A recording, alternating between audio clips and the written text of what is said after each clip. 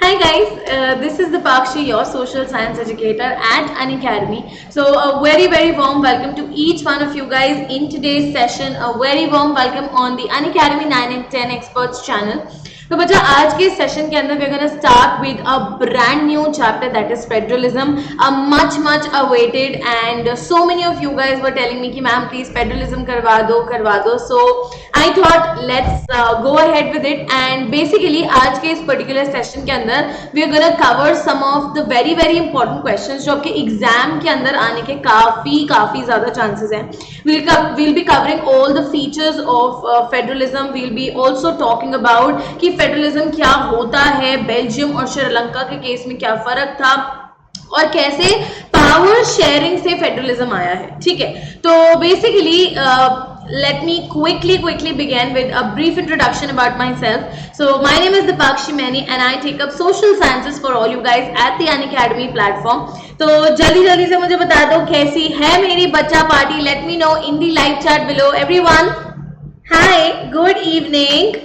So I hope you guys are doing absolutely fantastic. तो जल्दी से लाइव चैट के अंदर मुझे फटाक से फुल वाला थम्स अप दे दो and let me know if you guys are absolutely ready to rock the show.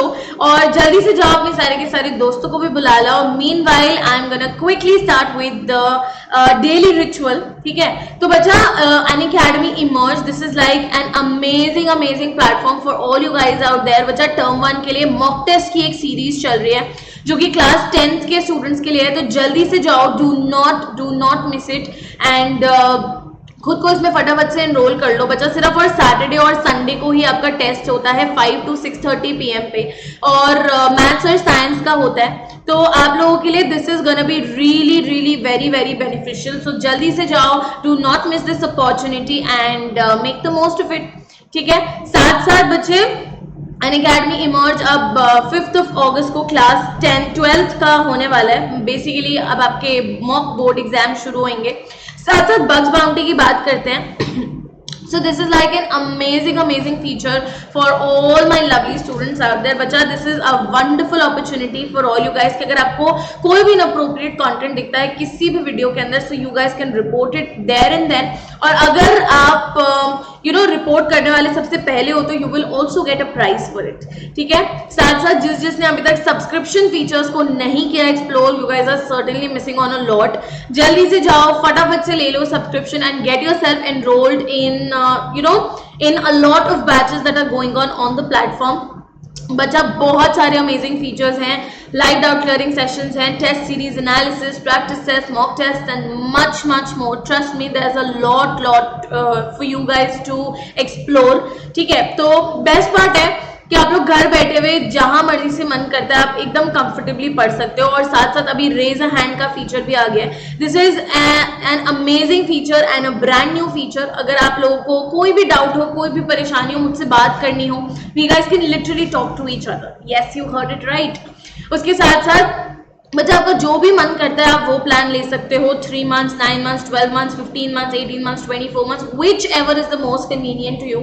और साथ आपको फ्लैट 10% का डिस्काउंट भी मिल जाएगा if you use my code that is DM Live. ये कोड लगाते ही 10% का इंस्टेंट डिस्काउंट. तो जल्दी से जाओ, क्विकली ग्रैब योर सब्सक्रिप्शन. अभी मेरे ही करंटली 3 कोर्सेज ऑनगोइंग है. 2 कोर्सेज क्लास 9th के अभी चल रहे हैं, एक कोर्स क्लास 10th का चल रहा है जिसके अंदर मतलब these are basically crash courses जो टर्म 1 के एग्जाम के लिए स्पेसिफिकली बनाए गए हैं, डिजाइन किए गए हैं.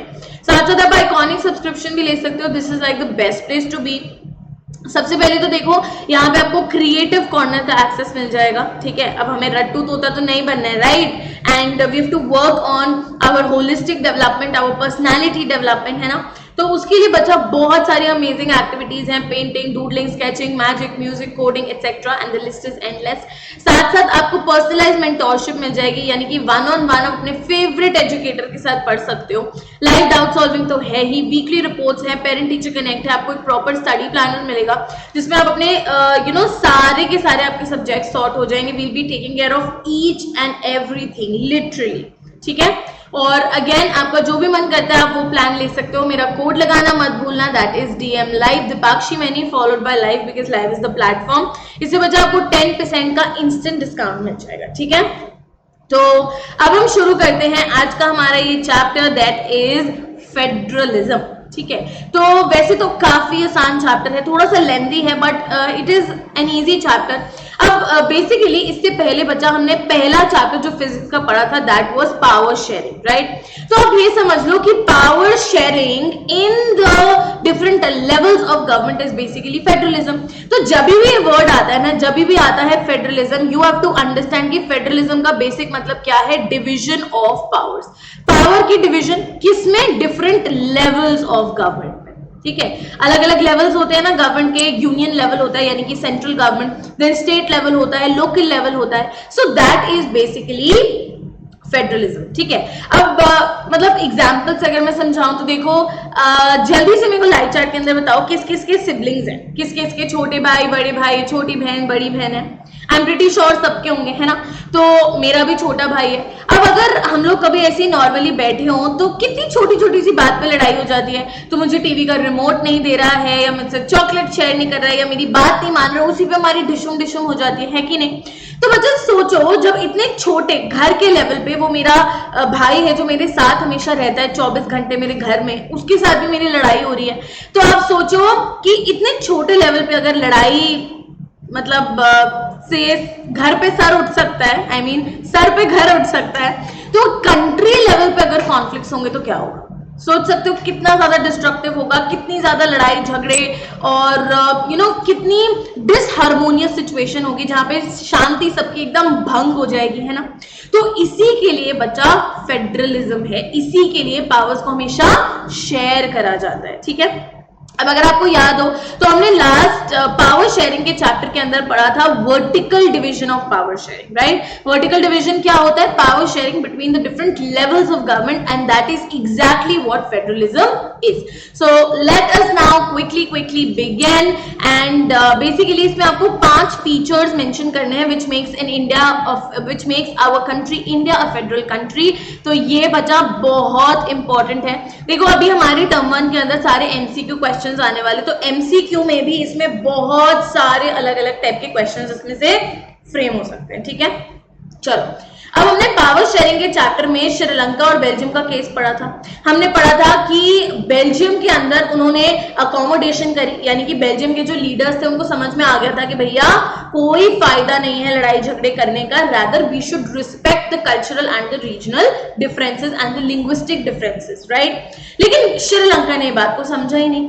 अब क्योंकि श्रीलंका ने मेजोरिटी की ही चलाने की करी, मेजोरिटी का रूल लेकर आया, तो कंट्री में क्या हुआ, सिविल वॉर। मतलब इसका रिजल्ट अच्छा तो नहीं था ना, राइट। तो 1993 में जो रीजनल गवर्नमेंट थी उन्होंने बहुत सारी पावर्स दे दी थी। ठीक है, बहुत, ये बेल्जियम के केस की बात हो रही है। रीजनल गवर्नमेंट ने बहुत सारी पावर्स दे दी थी, बेसिकली सेंट्रल गवर्नमेंट ने रीजनल गवर्नमेंट को यानी स्टेट गवर्नमेंट को बहुत सारी पावर्स दे दी थी। मतलब नाउ द स्टेट गवर्नमेंट और the regional government was no more completely accountable to the central government. मतलब हर एक चीज में सेंट्रल गवर्नमेंट को आंसरेबल नहीं थी हमारी स्टेट गवर्नमेंट, है ना। अपने खुद के डिसीजंस ले सकती थी, अपनी कंट्री को, अपने स्टेट को उनको कैसे एडमिनिस्टर करना है, कैसे चलाना है, कैसे ये मेक श्योर करना है कि कहीं पे भी कोई भी लड़ाइयां ना हो। तो अब उसका दारोमदार स्टेट गवर्नमेंट पे ही था। मतलब हर एक चीज की, छोटी छोटी चीजों की परमिशन उनको सेंट्रल गवर्नमेंट से लेने की बिल्कुल भी जरूरत नहीं थी। तो बेसिकली क्या हुआ था, बेल्जियम के अंदर यूनिटरी गवर्नमेंट से एक फेडरल फॉर्म ऑफ गवर्नमेंट आ गई थी। अब बच्चा जब भी मैंने अभी आपको बताया कि फेडरलिज्म का जब भी नाम आए ना, आप समझो कि पावर्स का डिविजन हो रहा है। ठीक है, अब भाई जब मैं डिवीजन ऑफ पावर्स की बात कर रही हूं, इसका क्या मतलब है, इसका मतलब है कि मेरे हाथ में कुछ अथॉरिटी है। ठीक है, कि मेरे को किसी और से वो काम करने की परमिशन लेने की जरूरत नहीं है। ठीक है, तो बेसिकली एक फॉर्म ऑफ गवर्नमेंट होती है हमारी यूनिटरी गवर्नमेंट, और दूसरी फॉर्म ऑफ गवर्नमेंट होती है हमारी फेडरल गवर्नमेंट। ठीक है, तो अब क्वेश्चन आता है कि फेडरलिज्म है क्या। अब मैंने आपको बताया 2 मिनट के पहले कि फेडरलिज्म जो है वो एक ऐसा सिस्टम ऑफ गवर्नमेंट है जिसके अंदर पावर्स जो है वो डिवाइड हो रही है, राइट। लेकिन अब क्वेश्चन ये आता है कि पावर्स किसके बीच में डिवाइड हो रही है। तो बच्चा पावर्स डिवाइड हो रही है सेंट्रल गवर्नमेंट और various other constituent units of the country. इसके अंदर मेजरली आती है हमारी स्टेट गवर्नमेंट। स्टेट गवर्नमेंट को आप प्रोविंशियल गवर्नमेंट भी कह सकते हो। ठीक है। और कुछ कुछ कंट्रीज के अंदर एक थर्ड टियर ऑफ गवर्नमेंट भी होता है, ठीक है। अब ये थर्ड टियर ऑफ गवर्नमेंट क्या है, हमारी लोकल गवर्नमेंट। ये जो लोकल गवर्नमेंट है लेकिन बच्चा वो बहुत बड़ी बड़ी कंट्रीज के अंदर होते हैं, जैसे कि हमारी कंट्री इंडिया है, इंडिया में थर्ड टियर ऑफ गवर्नमेंट है यानी लोकल गवर्नमेंट है।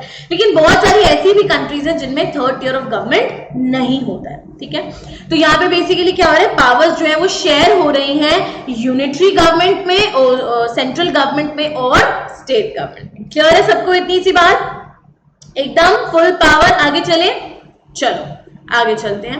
तो अब बेसिकली बचा फेडरलिज्म होता है ना जो, उसमें मेजरली ज्यादातर दो लेवल्स ऑफ गवर्नमेंट होते हैं। लाइक आई टोल्ड यू, बहुत सारी ऐसी कंट्रीज हैं जो भी थर्ड टियर ऑफ गवर्नमेंट को प्रैक्टिस नहीं करती। इंडिया में होता है थर्ड टियर ऑफ गवर्नमेंट, और इंडिया में थर्ड टियर ऑफ गवर्नमेंट के पास यानी लोकल गवर्नमेंट के पास पावर्स भी हैं, ठीक है।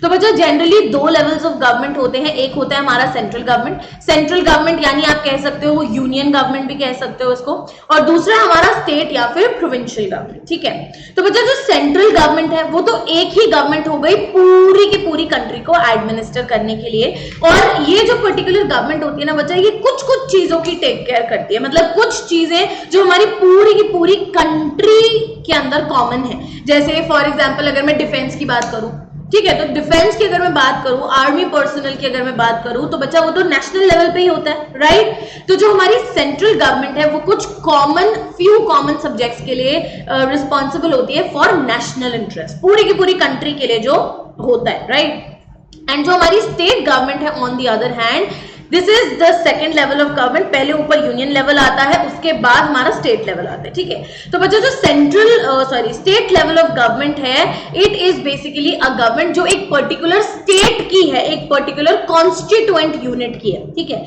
यानी कि जैसे फॉर एग्जाम्पल पंजाब की अलग गवर्नमेंट होगी, हरियाणा की अलग गवर्नमेंट होगी, महाराष्ट्र की अलग गवर्नमेंट होगी, राइट। तो ये जो स्टेट गवर्नमेंट है बच्चा, ये अपने पर्टिकुलर एरिया को टेक केयर करते हैं, उनकी डे टू डे एडमिनिस्ट्रेशन को देखते हैं। अब फॉर एग्जाम्पल मान लो अगर मैं पुलिस की बात करूं, ठीक है, तो हर स्टेट का अपना अलग रूल्स एंड रेगुलेशंस होते हैं, हर स्टेट के अपने अलग नॉर्म्स होते हैं, हर स्टेट में अलग लैंग्वेज बोली जाती है। पंजाब में पंजाबी बोली जाती है, हरियाणा में हरियाणवी बोली जाती है ना।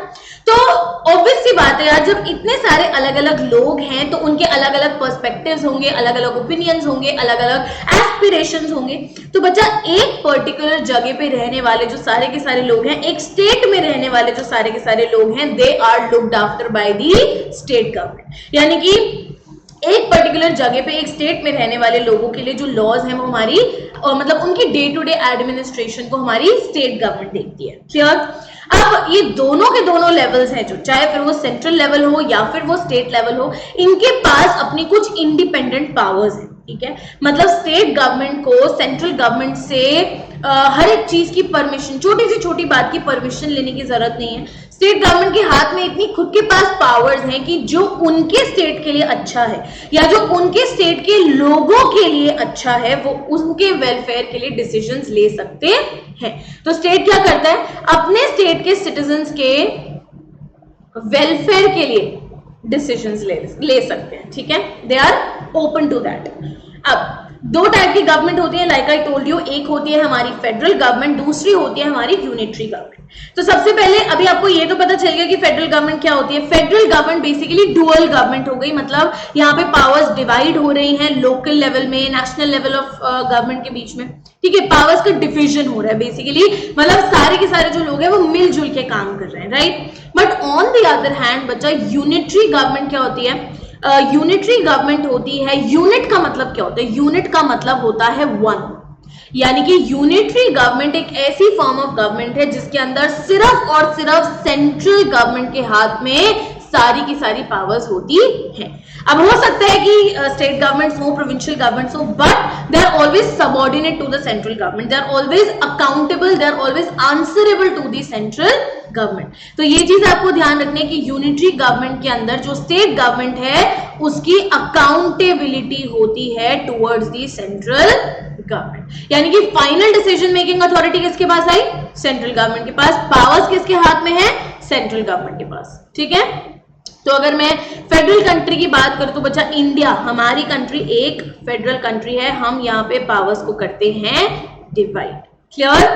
आगे चलते हैं, यूके की बात करो, UK is a unitary government. Okay, अब जैसे यहाँ पे बात आई एग्जाम्पल्स की, तो यूएसए, इंडिया, जर्मनी, ये सारी बच्चा फेडरल गवर्नमेंट्स हैं, और भी बहुत सारी ऐसी कंट्रीज हैं जहाँ पे फेडरल गवर्नमेंट प्रैक्टिस करी जाती है। और यूनिटरी गवर्नमेंट के एग्जाम्पल्स हो गए हमारे चाइना, कम्युनिस्ट पार्टी, फ्रांस हो गया, यूके हो गया, और भी बहुत सारी कंट्रीज हैं। ठीक है, आगे चलते हैं। अब अगर जब फेडरलिज्म की बात आती है ना, फेडरलिज्म के बहुत सारे फीचर्स होते हैं, बहुत सारे फीचर्स होते हैं। सबसे पहला और सबसे बेसिक जो फीचर है फेडरलिज्म का, कि मतलब अगर आप किसी भी गवर्नमेंट को फेडरल गवर्नमेंट बोल रहे हो तो ये तो होगा ही होगा, ये तो ऑब्वियस है कि उनके 2 या फिर 2 टियर से ज्यादा गवर्नमेंट होगी, यानी कि स्टेट और यूनियन तो होगी ही होगी।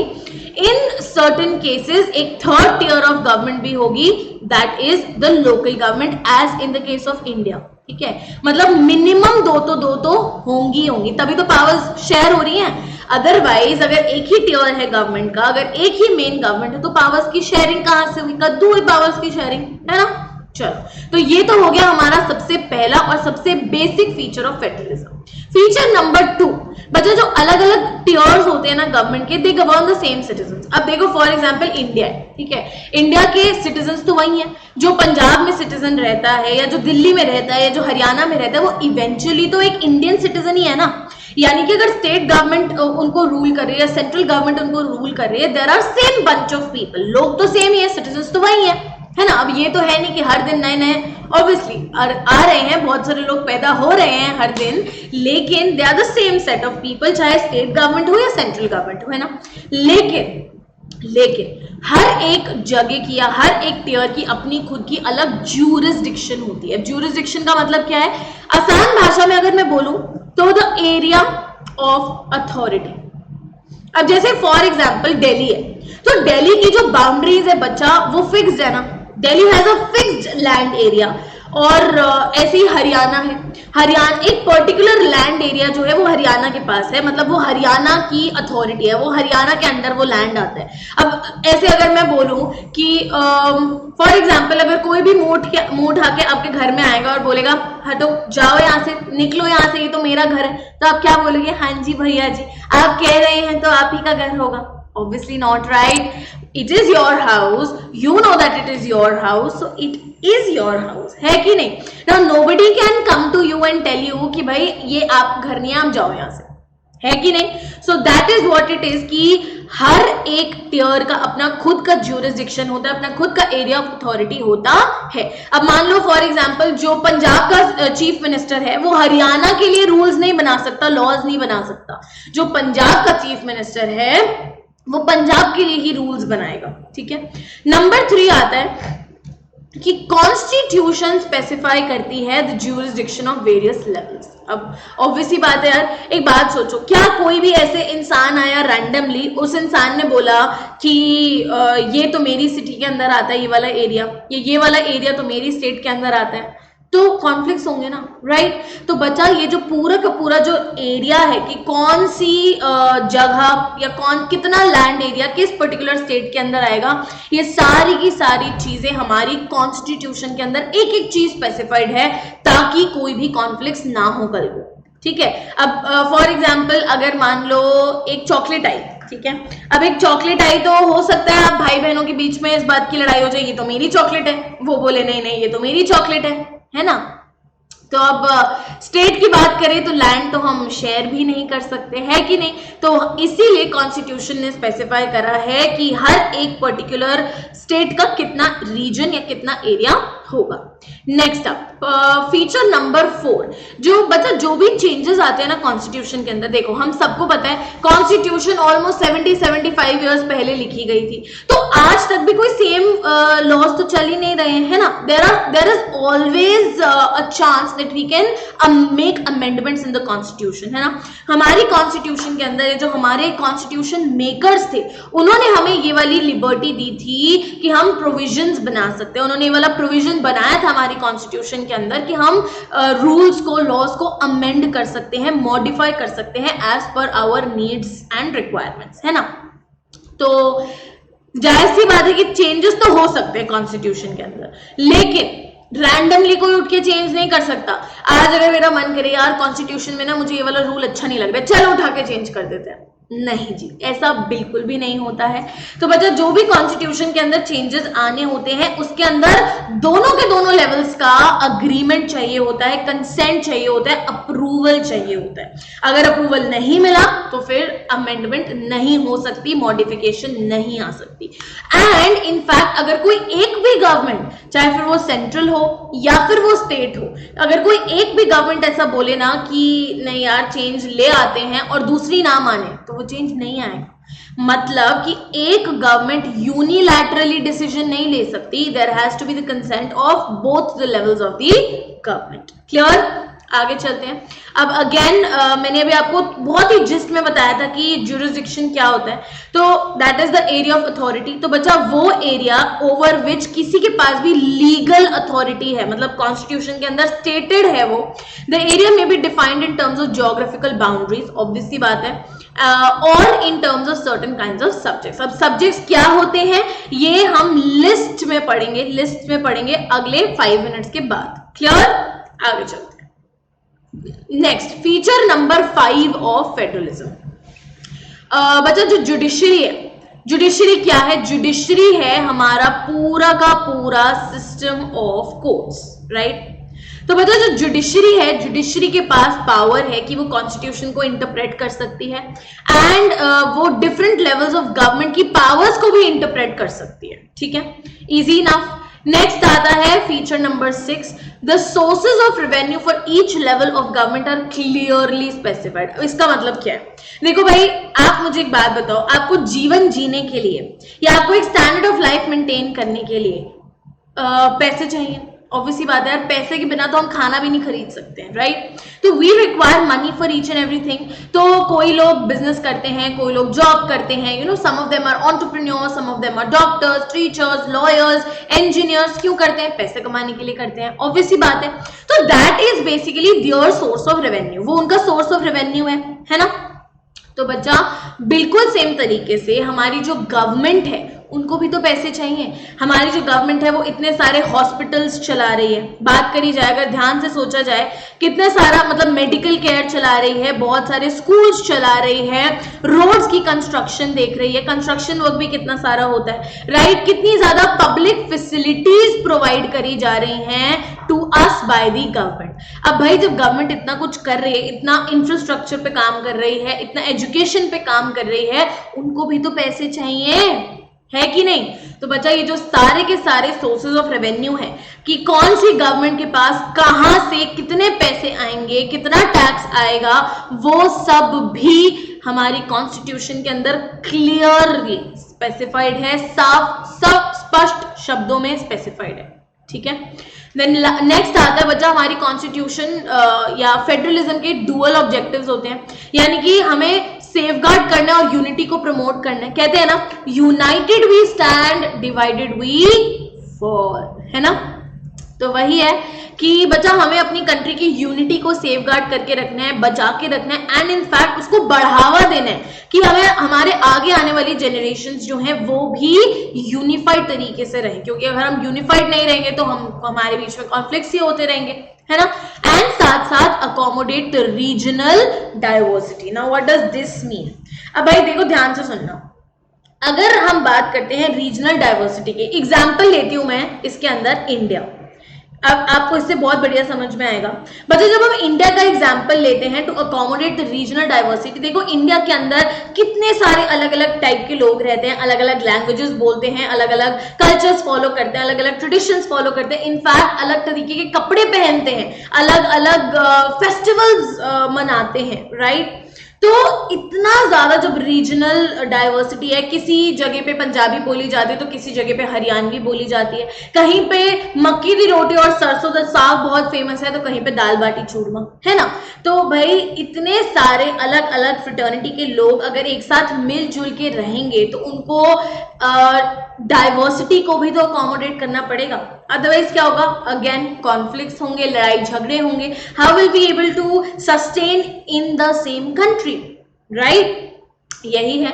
तो एक आइडियल फेडरल सिस्टम वही होता है जिसके अंदर म्यूचुअल ट्रस्ट हो, जहां पे लोग जो हैं वो एक फैमिली की तरह, एक परिवार की तरह रहें, and we have an agreement to live together. Because if we will not have this agreement of living together, we will always keep fighting. Yes? समझे अभी? चलो आगे चलते हैं। अब देखो, अब बेसिकली जो हमारी सेंट्रल गवर्नमेंट है और जो हमारी स्टेट गवर्नमेंट है, उनको पावर्स के बीच में बैलेंस मेंटेन करके रखना है। अब बच्चा ये जो बैलेंस है ना, ये डिफर करता है from one federation to another federation, ठीक है। तो दो तरीके की फेडरेशन होती हैं। Number one is the coming together federation and number two is the holding together federation. दोनों अलग अलग टाइप की फेडरेशन होती हैं। एक होती है हमारी कमिंग टुगेदर फेडरेशन और दूसरी होती है हमारी होल्डिंग टुगेदर फेडरेशन। तो एक एक करके हम दोनों के बारे में डिटेल में डिस्कशन करेंगे, ध्यान से पढ़ेंगे, तो ध्यान से सुनना मेरी बात, ओके। नंबर वन आती है हमारी कमिंग टुगेदर फेडरेशन। अब देखो भाई, स्टेट्स जो है they come together on their own to form a bigger unit. Basically अलग अलग जो स्टेट्स हैं वो एक साथ आते हैं और वो एक साथ आके एक बड़ा यूनिट फॉर्म कर लेते हैं, ताकि वो अपनी पावर्स को भी शेयर कर लेते हैं, अपनी सोवेरेनिटी को भी शेयर करते हैं और सिक्योरिटी भी बढ़ जाती है उससे, उनकी आइडेंटिटी भी रिटेन हो जाती है। जैसे फॉर एग्जांपल यूएसए। अब यूएसए के अंदर 52 कंट्रीज है, तो आपको क्या लगता है कि इतना बड़ा मतलब यूएसए था कि उसने 52 कंट्रीज में डिवाइड कर लिया? नहीं, बेसिकली अलग अलग कंट्रीज एक साथ मिलके आई, उन्होंने अपनी पावर्स को, अपनी सिक्योरिटी को, अपनी आइडेंटिटी को पूल इन करा, रिसोर्सेज को पूल इन करा और उन्होंने फॉर्म कर लिया यूनाइटेड स्टेट्स ऑफ अमेरिका। इसलिए यूनाइटेड स्टेट्स ऑफ अमेरिका बोला जाता है, ठीक है। क्लियर है इतनी सी बात? तो अगेन देखो, नाम से ही पता लग रहा है कमिंग टुगेदर मतलब जो अलग अलग लोग हैं वो एक साथ मिलके आ रहे हैं। It's more like forming an association, ठीक है।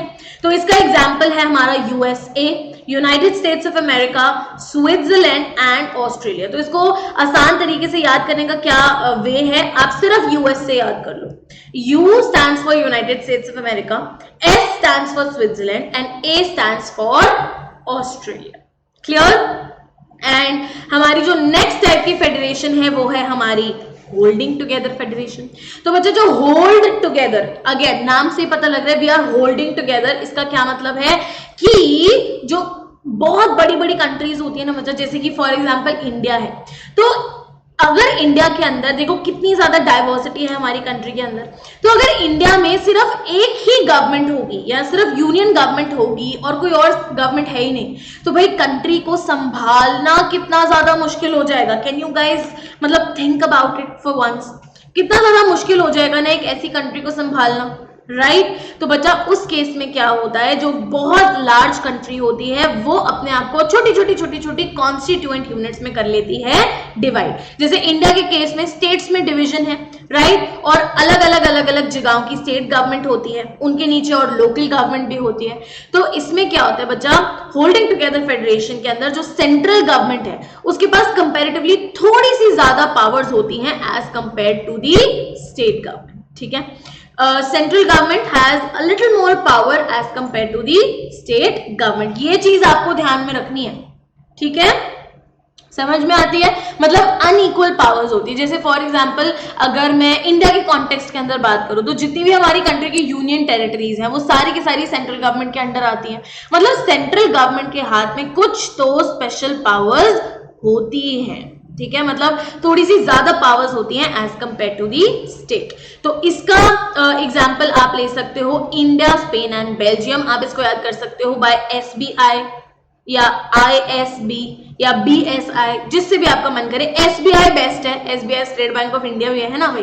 तो S for Spain, B for Belgium and I for India. Clear है इतनी सी बात सबको? Yes everybody, is this now clear सबको? एक बार मेरे को लाइव चैट के अंदर बता दो। और अगर आप लोगों को किसी भी पार्ट के अंदर कोई भी डाउट है बच्चा, तो वो भी प्लीज बता देना, ओके।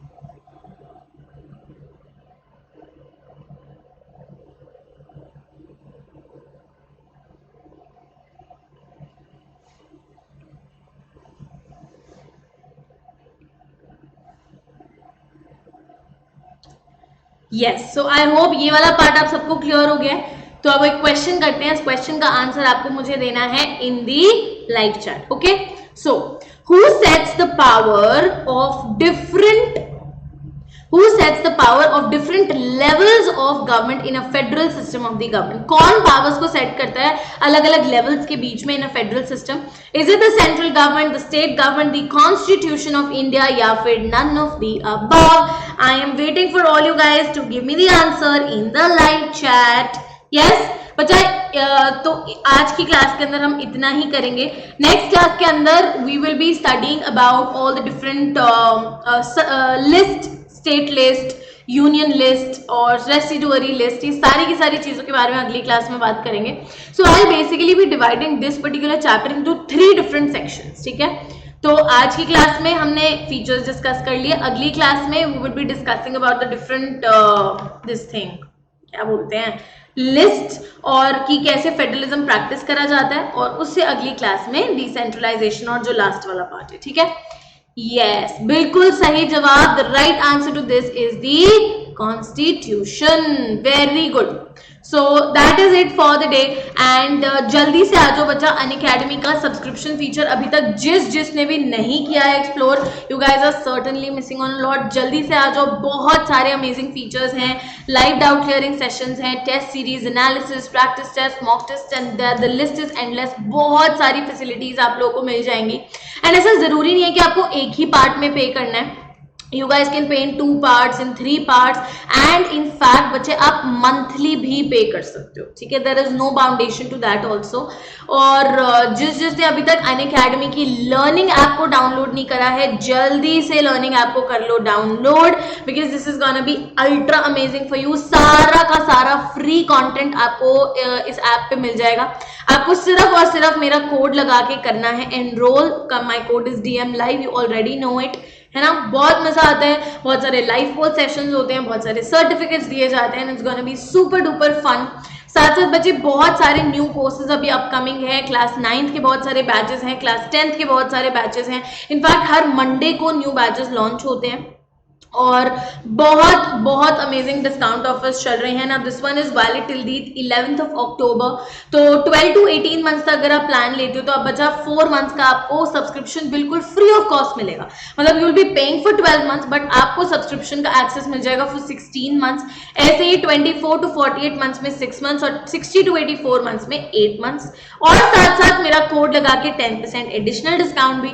साथ साथ बच्चे अगर आप IIT JEE या नीट की प्रिपरेशन अभी कर रहे हैं, अभी से शुरू कर दोगे, so it is gonna be very very beneficial. 81,000 का कोर्स आपको सिर्फ और सिर्फ 68,682 रुपीज में पड़ जाएगा। सो मेगा डिस्काउंट, एंड अगेन इसके ऊपर से 10% डिस्काउंट अगर आप मेरा कोड लगाते हो, that is DM Live।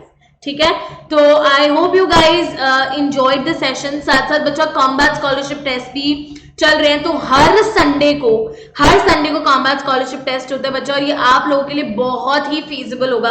Number 1, इससे आपको डिस्काउंट ऑफर्स मिल जाएंगे, बहुत बढ़िया। और नंबर 2, इससे आप लोगों की प्रैक्टिस भी होती रहेगी। ठीक है, सो नेक्स्ट जो हमारा टेस्ट है कॉम्बैट टेस्ट, वो 10th of October को होने वाला है। तो आप मेरा कोड लगा सकते हो, कोड आपको पता ही है, DM Live, और कर सकते हो खुद को एनरोल। ठीक है, so that is it for the day. I hope you guys enjoyed the session। तो नीचे सेशन को लाइक जरूर से कर देना, एंड उसके साथ साथ do subscribe to the channel, and I will see you all tomorrow in the next class. Till then, bye guys, take care, love you all, bye।